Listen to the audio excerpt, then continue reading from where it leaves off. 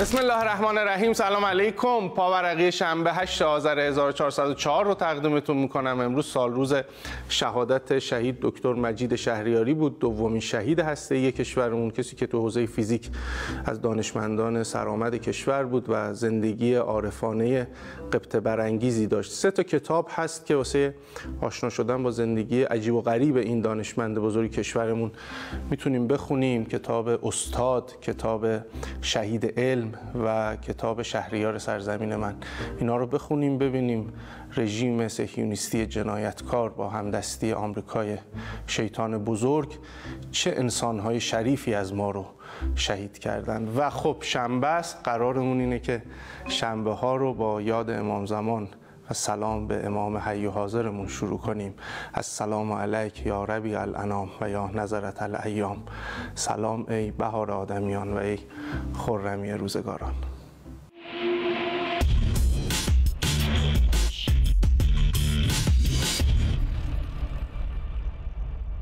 یه چند تا عبرت بگیریم همین سرچراغی اول برنامه ای. اولیش این فیلمیه که این بغل میبینید.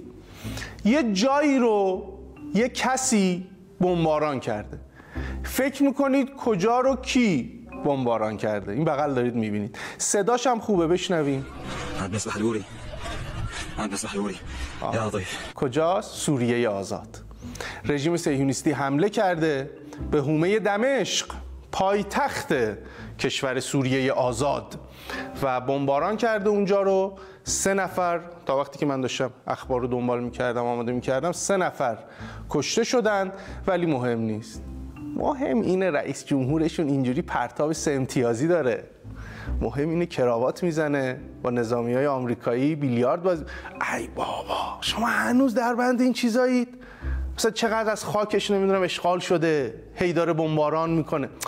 دست بردارید از اینا، پرتابو داشته باش.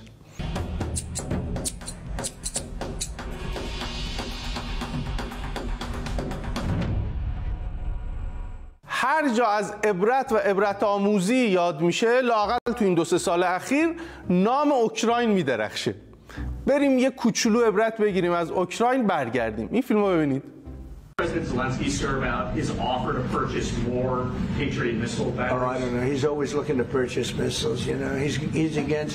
Listen, when you start a war, you got to know that you can win the war, right? You don't start a war against somebody that's 20 times your size, and then hope that people give you some missiles. ترامپ میگه زلنسکی همش موشک میخواد. نمیشه که مثلا بره با یه کشوری که 20 برابر ازش قوی‌تر جنگ را بندازه، بعد هی بگه به من موشک بدید، بقیه پول بدن، حمایت کنید، هزینه‌شو بدید. قیافه زلنسکی رو دوست دارم ببینم وقتی این حرفا رو میشنم. همینجوری نگاه میکنه میگه حاجی اصلا من کاری نداشتم.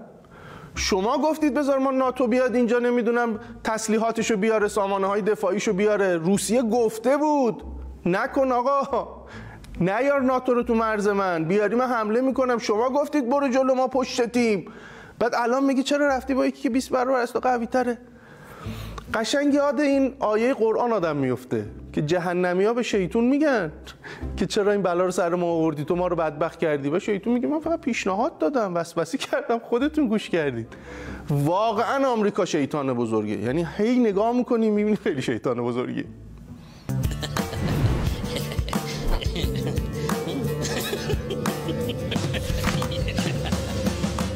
خب میدونید که قضیه آمریکا و ونزوئلا سر چی بود؟ مواد مخدر خط قرمز آمریکاست. اصلا نمیتونه ببینه جوونا تو دنیا از راه به در میشن، به اینکه درس بخونن، ورزش کنن، زندگی سالمی داشته باشن، میرن سراغ مواد مخدر. به خاطر همین اومدن گفتن که اونجا مواد مخدر زیاد تولید میشه، ما باید حمله کنیم نذاریم مواد مخدر تولید بشه. مادورو باید بره. این رئیس باندای مواد مخدره. آره؟ نه. جدیدن رسما میگن واسه چی میخوان این کارو بکنن. این فیلم رو ببینیم. نماینده کنگره آمریکا خیلی واضح، خیلی مشخص، بدون هیچ کنایه و پیچوندن و اینا توضیح میده که چرا آمریکا باید به ونزوئلا حمله کنه. Venezuela, for those Americans who do not understand why we need to go in, basically for three reasons. You're in Fox Business. Venezuela, for the American oil companies will be a field day because it will be more than $1 trillion in economic activity.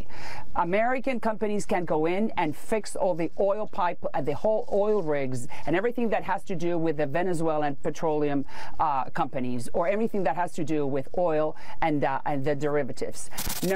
دنیا همینقدر قشنگه، همینقدر زیباست، باحاله. نماینده کنگره آمریکا رسما میگه ونزوئلا واسه شرکت‌های نفتی آمریکایی فرصت طلایی $1 تریلیون اونجا میتونن فعالیت اقتصادی کنن، پس دلیلی نداره ما حمله نکنیم. دیگه خداوکیلی مثلا تا $1 میلیارد رو میشد با کودتایی چیزی اینا، ولی دیگه $1 تریلیون رو رسما باید حمله کنیم. فرصت اقتصادیه. دنیا قشنگه نه؟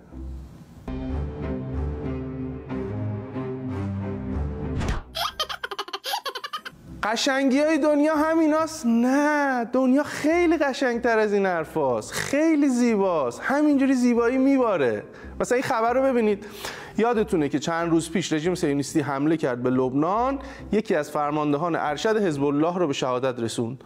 آمریکا هم سریع تماس گرفت با دولت لبنان. واسه چی؟ واسه اینکه تسلیت بگه؟ نه. واسه اینکه محکوم کنه این حمله رو؟ نه.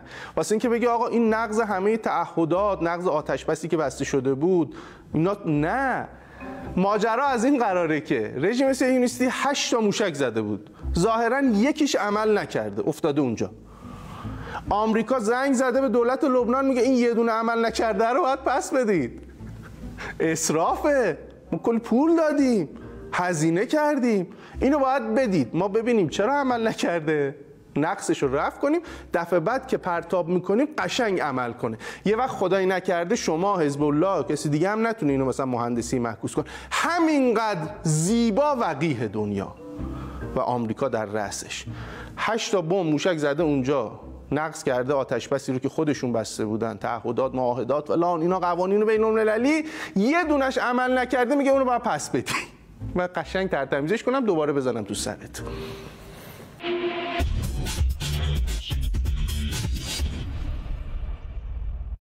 از جولانی به این سادگی ها نگذاریم ها.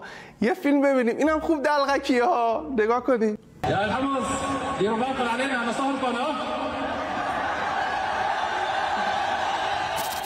رفته استان هومز، بعد اونجا به مردمش میگه با من دوست باشید، منو حمایت کنید، با هم مهربون باشید، من داماد شما. ذهن همینجوری میره به یه سمتی دیگه، یه چیزایی یاد آدم میفته، بالاخره یه خاطراتی زنده میشه. مثلا سال 88 بعضیا که ادعای تقلب داشتن میگفتن چرا میگید تقلب شده تو انتخابات؟ یکیشون میگفت آقا مهمترین دلیل اینه، شوهرش یعنی میرحسین موسوی میگفتش که این داماد لرستانه، بارها گفته من داماد لرستانم، مردم لرستان دامادشون رو ول نمیکنن به یکی دیگه رأی بدن. بعد جدای از این که اصلا سطح مردم سالاری رو ببین شما، نگاه اینا به مردم رو نگاه کن، اینا به کنار تو همون انتخابات یکی دو تا نامزد بودن که اینا اهل لرستان بودن، اینا فرزند لرستان بودن. چرا باید مردم لرستان فرزندشون رو رها میکردن به دامادشون رو؟ یعنی هر جوری نگاه کنی میبینی که با چه بهانه احمقانه‌ای مملکت رو به آشوب کشوندن. اون انتخابات پرشور 85% رو تلخ کردن. بعد حالا اینو واسه چی میگم؟ جدای از این که نزدیک 9 دی که بشیم ما مفصلتر به ماجراهای 88 و اتفاقات اون روزها میپردازیم، چون لازمه اینا هی باید مرور بشه. یک کتاب خاطراتی جدیدن از آقای اسحاق جهانگیری منتشر شده، اونجا ایشون میگه که دیگه ایشون از چهره‌های شاخص اصلاح طلب و معاون اول دولت آقای روحانی و اینا میگه آقا اصلا ساختار انتخابات تو ایران جوریه که تقلبی که در این حد که مثلا 13-14 میلیون رأی جابجا بشه فلان، اینا اصلا امکان نداره، همچین تقلبی نمیشه کرد. و این هم تصویر یه روزنامه، یه صفحه اول یه روزنامه غربگرای روشنفکر اینها که واسه همین چند ماه پیشه اومده گزارش رفته که از 88 به بعد چه بلایی سر اقتصاد ایران اومد، چه اتفاقی افتاد، قدرت خرید مردم چی شد. دلیلش هم همون آشوب به بهانه تقلب بود که انتخاباتی که میتونست پایه‌های حاکمیت، پایه‌های فعالیت‌های اقتصادی، قراردادهای بین‌المللی رو تقویت کنه، پشتیبانی مردم از دولت و نظام رو اونجور بکنه تو چشم دشمنا، تبدیلش کردن به یه نقطه امید واسه دشمن که بیاد تحریم کنه، بیاد مشکلات درست کنه و اون اتفاقا بیفته. این پیش درآمد کارایی باشه که ما می‌خوایم واسه 9 ان شاءالله تو برنامه انجام بدیم.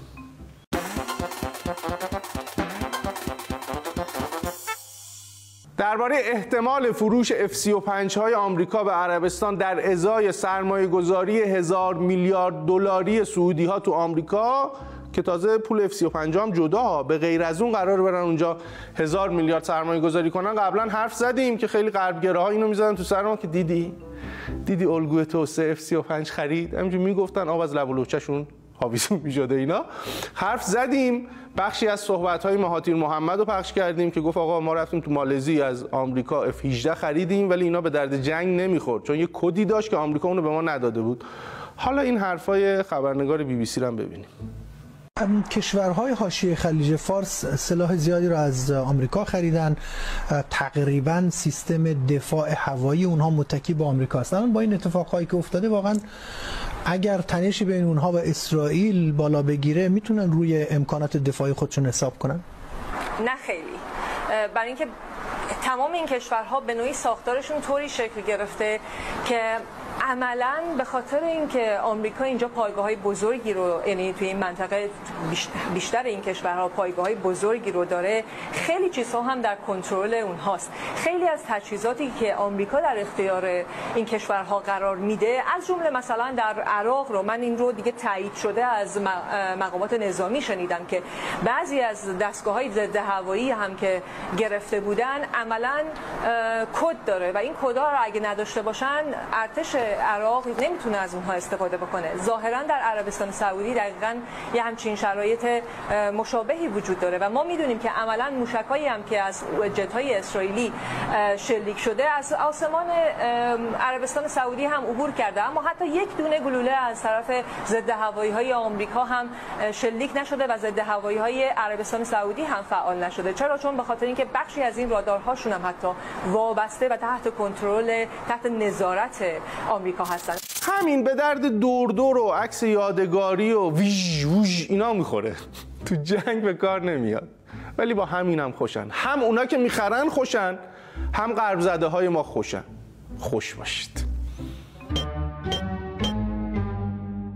امید پژوهشگر دیگه عصبانی شده، دیگه کنترل خودش از دست داده، دیگه قاط زده. هی گفت پول یک کافیتون رو تو ماه بدید، ما ندادید، این وضعشه. منتظر چی هستید دقیقاً؟ همین فقط جاوید چا هشتگ فلان تهش به کجا میخواید برسید با این جاوید چا؟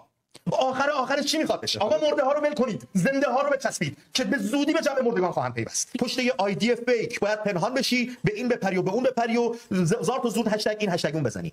کاری بیشتر از این ازت بر نمیاد، تو وجودت نیست، تو خودت نمیبینی. یه آدم بی دست و پای چلفتی پشت آیدی قایم شو مجازی بی وجود هستی. همون فضای مجازی جات خوبه، رو مبل با شورتکت بشینی و عرق گیرت، هشتگ این هشتگ اون، بعدم سرتو بگیری بالا تو مهمونی‌های شبانه هم بگی که ما که داریم مبارزه‌مون انجام میدیم. توپ به این مبارزه‌ای که ما تو مجازی بریم هشتگ بزنیم و طوفان راه بندازیم. توپ به این مبارزه. همین که بعد از 3 سال فهمیدی که از زیر پتو نمیشه انقلاب کرد، خیلیه. ولی ببین خیلی فرق نداری با اونا پشت اکانت توییتر و نمیدونم اینستاگرام و فلان و اینا فوش میدن، تو پشت دوربین فوش میدی، رگت باد میکنه میزنه بیرون. دیگه سلطنت طلب جماعت چی که پشت و روش فرق کنه.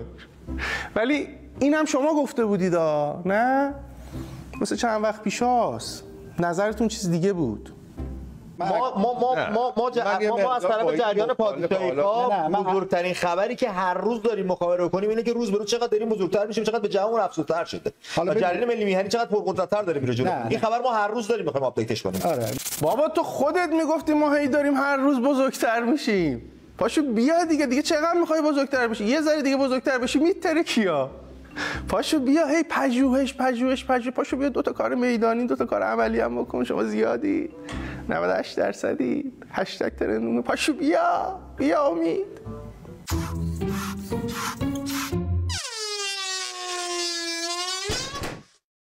یکی از این سلبریتی هایی که به معنای واقعی کلمه خدا زد پس کلش، گول خورد، فکر کرد که بوی کبابه در حالی که داشتن خر داغ می‌کردن، پا شد رفت اونور، بدبخت شد، بیچاره شد و هر چند وقت یه بار ناله میکنه از اوضاع اقتصادی و زندگی و بیچارگیش، احسان کرمی. اینو ما نمیگیم، خودش میگه، هر چند وقت یه بار میگه. این جدیدترین گفتنشه. بیشتر عواقب بدی داشت برات یا اینکه خوب داره پیش میره؟ لحاظ مالی میتونم بگم که خب طبیعتاً تبعات بسیار بسیار سنگینی داره برای من. من تو ایران هم خواننده گروه نوشه بودم، هم بازیگر دو سریال سینمای خانگی خیلی خوب بودم. مهمترین استیج‌های فرهنگی اون مملکت رو من اجرا می‌کردم با آرامش و آسایش کامل. پولمو در می‌آورد. در آمریکا زندگی کردن شوخی نیست. چیکار می‌کنی؟ هر کاری بشه دیگه.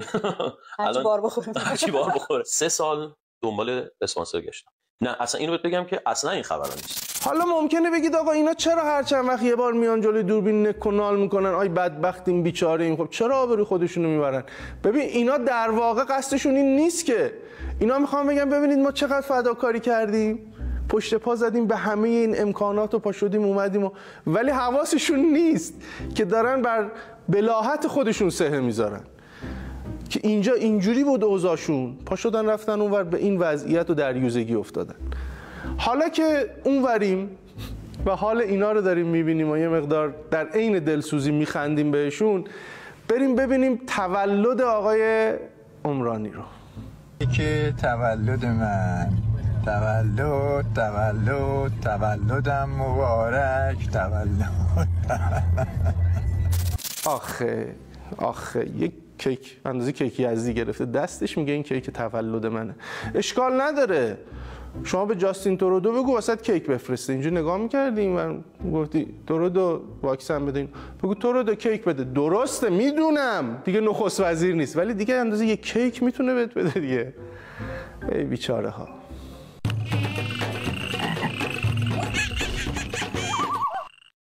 باغ اروپا رو با آلمان شروع کنیم. آماده باشید یه چه چیزایی بگیم. میدونم دویچه وله نیست ولی خب اخبار خود آلمانه دیگه، میصرفه، جا داره، بهش میرسه یه چه چیزا بگیم بعدش. ببینید.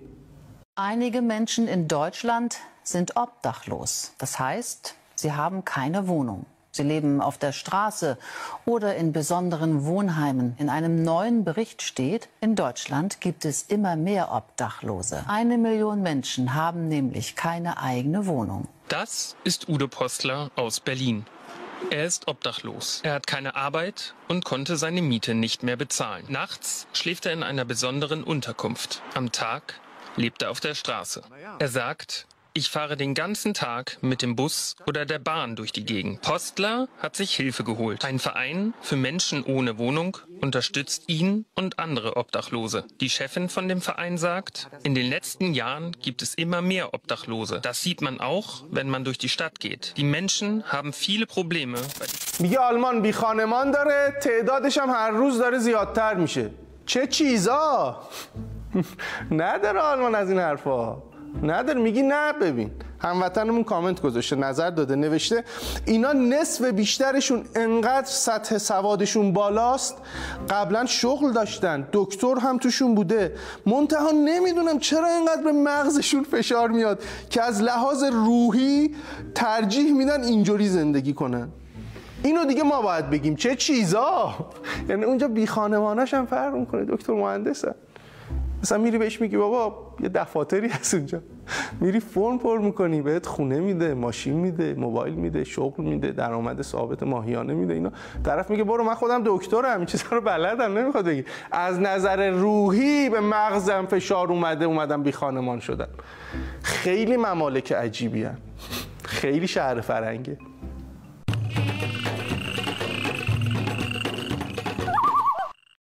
آقا این سوالو ببینید، سوال خوبیه. پرسیده من همیشه برام سوال بوده تو کشورهای یخبندونی مثل کانادا و اسکاندیناوی چرا مردم ماشینو میذارن جلو در که زیر برف مدفون بشه؟ چرا پارکینگ ندارن؟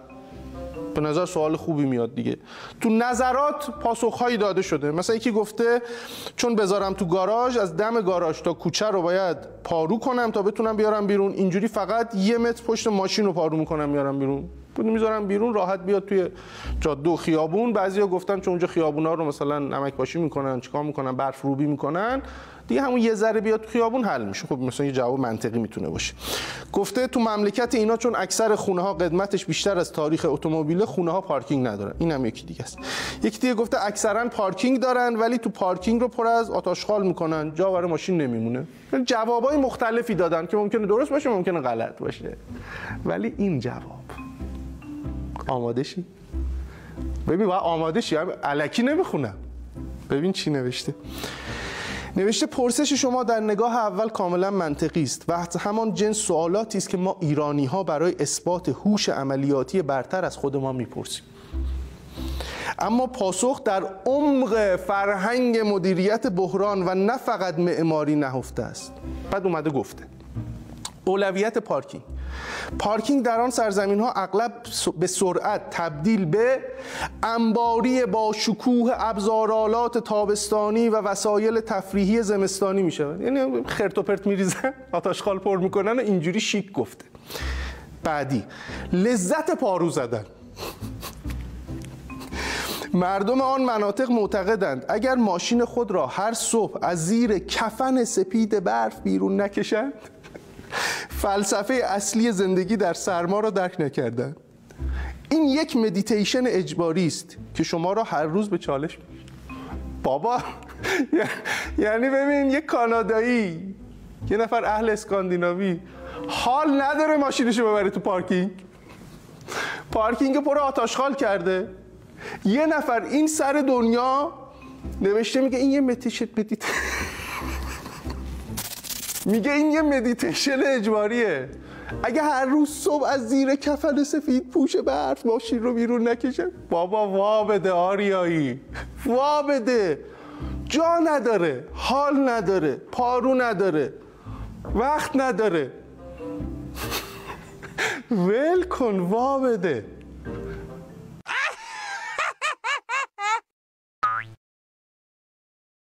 این تصاویر هم تصاویر ناراحت کننده ای از آتش سوزی توی یه دونه مجتمع مسکونی در چین که حدود 13 نفر ظاهرا متاسفانه کشته شدن. نکته جالب توجهش اینه که جدا از این که آقا اونجا هم آتیش میگیره، بله آتیش میگیره، جدای از اینه که هیچ بالگرد آبپاشی بلند نشده اونجا آب بریزه خاموش کنه آتیشو.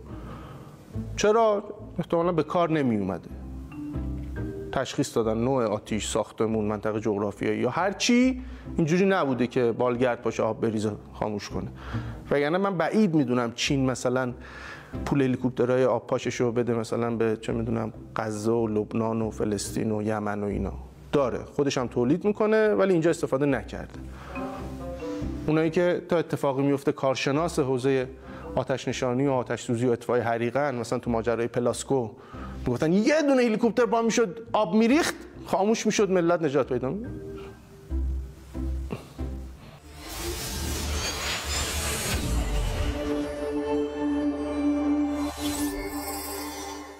دیروز 7 آذر سالروز عملیات مروارید بود، روز نیرودریایی ارتش جمهوری اسلامی ایران بود. برای بچه‌های نیرودریایی ارتش تبریک عرض می‌کنیم. ان شاءالله خدا کمکتون کنه همینقدر سرفراز و استوار در خدمت ایران و مردم ایران باشید. دمتون گرم. رهبر انقلاب یکی دو شب پیش که صحبت کردن گفتن که برای امنیت، برای رفع مشکلات، برای باران از خدا کمک بخوایم. یادمون نره بعضی وقتا که درست ما باید تلاشمون رو بکنیم، حساب کتابای دنیا رو داشته باشیم، ولی کار دست یکی دیگه است. هر چند وقت یه بار بهش بگیم که میدونیم کار دست توه و برف و بارون رو بفرست که حسابی دلمون تنگ شده. خیلی مخلصیم. یا علی مدد. خداحافظ شما. اینجا استان البرز، شهر گندره. تولد نوه ها، نسل جدید بچه‌های انقلاب. سلام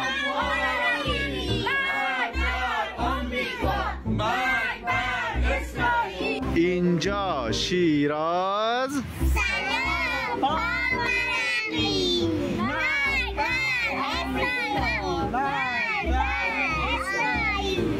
السلام علیک یا فاطمه الزهرا.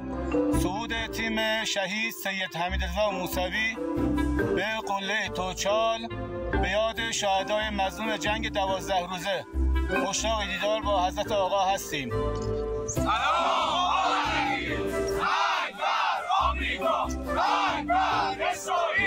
اتفاق پسرها ارتباط داراباد.